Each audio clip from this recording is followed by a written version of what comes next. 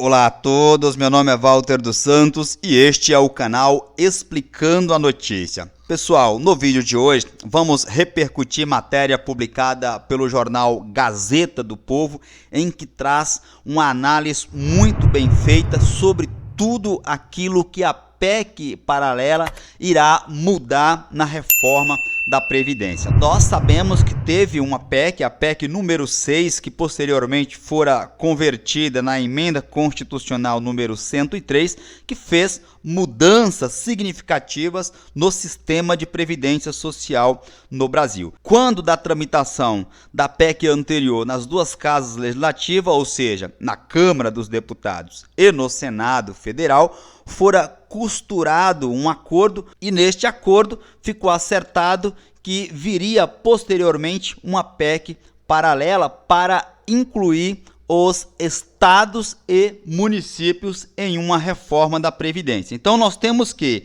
a PEC paralela, inicialmente ela foi idealizada para incluir os estados e municípios em uma reforma da Previdência. Contudo, durante as discussões, ficou acertado que esta PEC irá abranger muito mais do que somente a inclusão dos estados e municípios. Mesmo as mudanças trazidas pela emenda constitucional número 103 ser recente, teremos mudanças relevantes agora trazidas pela chamada PEC paralela. E aí, como bem diz a reportagem, a proposta de emenda à Constituição tem uma série de artigos que, se aprovado, irá trazer novas regras para a aposentadoria, tanto no INSS, a iniciativa privada, bem como para servidores públicos da União, dos estados e dos municípios. Lembrando que esta proposta já foi aprovada em 2 turnos pelo Senado e segue agora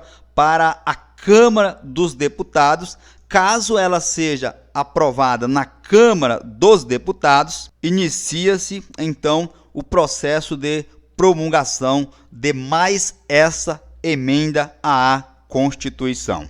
E uma dessas mudanças significativas trazida pela chamada PEC paralela é no que diz respeito ao impacto nas novas regras de aposentadoria, iniciando aqui na regra de cálculo da sua aposentadoria. A PEC paralela, ela retarda a data de entrada em vigor da nova metodologia de média salarial. Ela irá permitir que até 2024 as pessoas se aposentem com parte da fórmula de cálculo antiga, o que é mais benéfica para o trabalhador. Vamos compreender isto melhor. Pela regra incluída na PEC paralela, os trabalhadores que atingirem os requisitos para aposentadoria vão poder continuar se aposentando até 31 de dezembro de 2021 com a média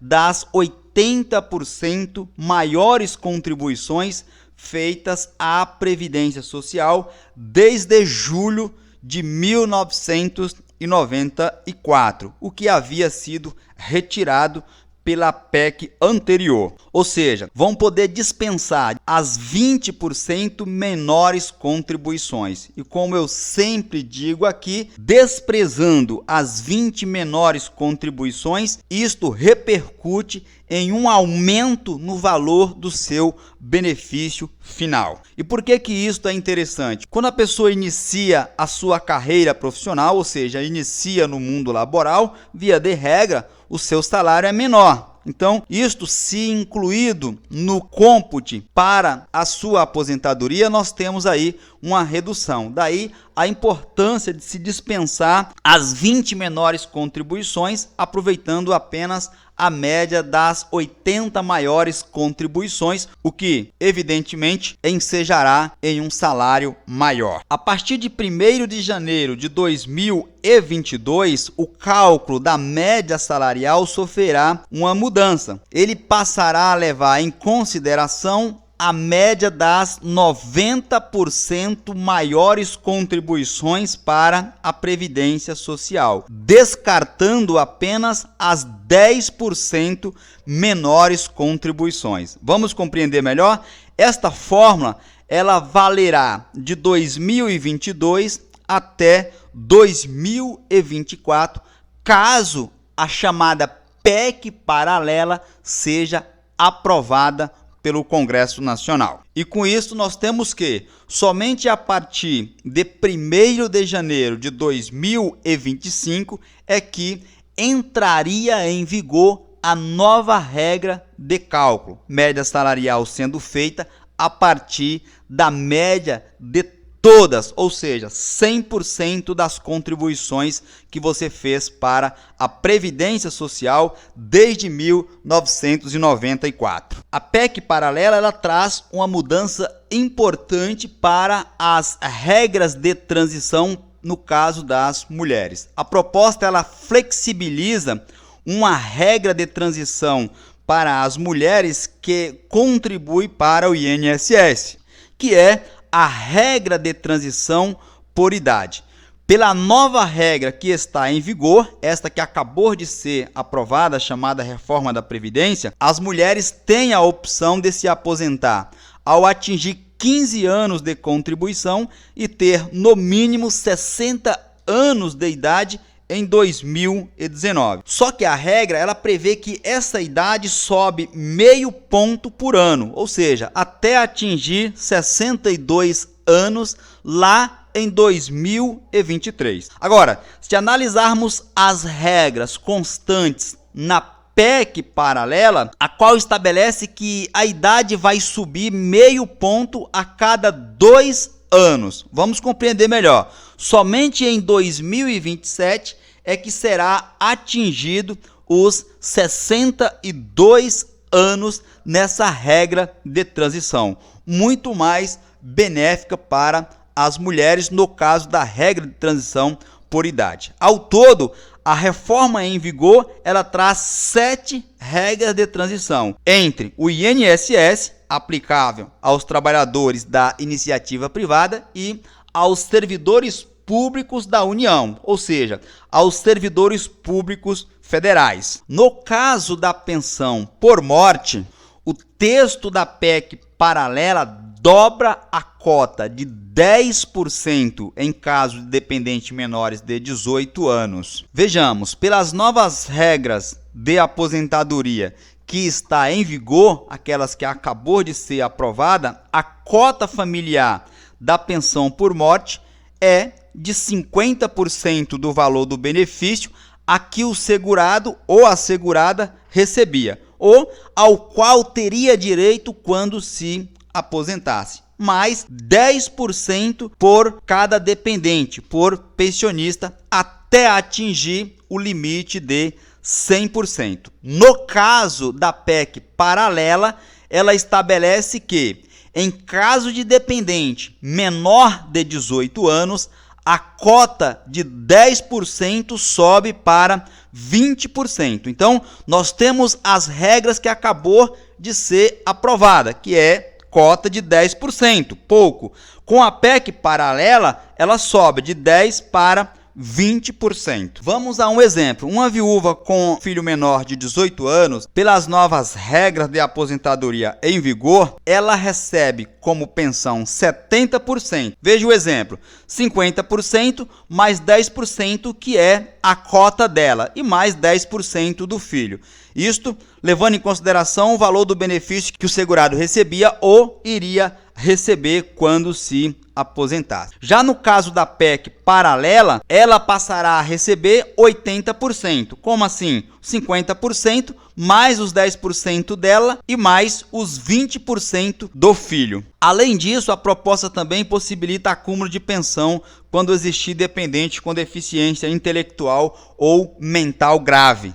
A nova regra em vigor estabelece um limite para o acúmulo de pensão e aposentadoria. Não importa a condição do dependente. Então veja, aqui nós temos uma mudança. Teremos a possibilidade do acúmulo de pensão com aposentadorias. A PEC prevê também que nenhum servidor irá receber menos que um salário mínimo. Esse direito já estava previsto na reforma anterior, mas apenas para a iniciativa privada, para os servidores públicos não. E agora vem a PEC e traz essa garantia. Quanto ao tempo de contribuição para homens, teremos a seguinte situação: para os homens que entram no mercado de trabalho após a entrada em vigor da reforma da Previdência, ou seja, no último dia 13, também vão poder se aposentar caso tenha no mínimo 15 anos de contribuição, além da idade mínima exigida para os homens. As novas regras estabelecem que somente homens que já tenham contribuído para a Previdência até o dia 12 de novembro pode se aposentar com 15 anos de contribuição. Para os demais casos, serão exigidos 20 anos como tempo mínimo de contribuição. Já a PEC paralela, ela acaba com essa distinção. Ficará tudo igual. No caso do servidor público com deficiência, a PEC garante a esse servidor que ingressou no funcionalismo público até 31 de dezembro de 2003 o direito de se aposentar com a integralidade e paridade, ou seja, 100% e mais a paridade. No caso da aposentadoria por incapacidade, a proposta garante que as pessoas que vierem a se aposentar por incapacidade que gere deficiência ou por incapacidade decorrente de doença neurodegenerativa recebem 100% da média salarial. Pelas novas regras em vigor, essas pessoas só receberiam 100% da média se atingisse 35 anos de contribuição se mulher e 40 anos de contribuição no caso dos homens. No caso da aposentadoria por incapacidade permanente causada por acidente que não seja de trabalho, a PEC paralela propõe um cálculo do benefício mais vantajoso. Como assim, Walter?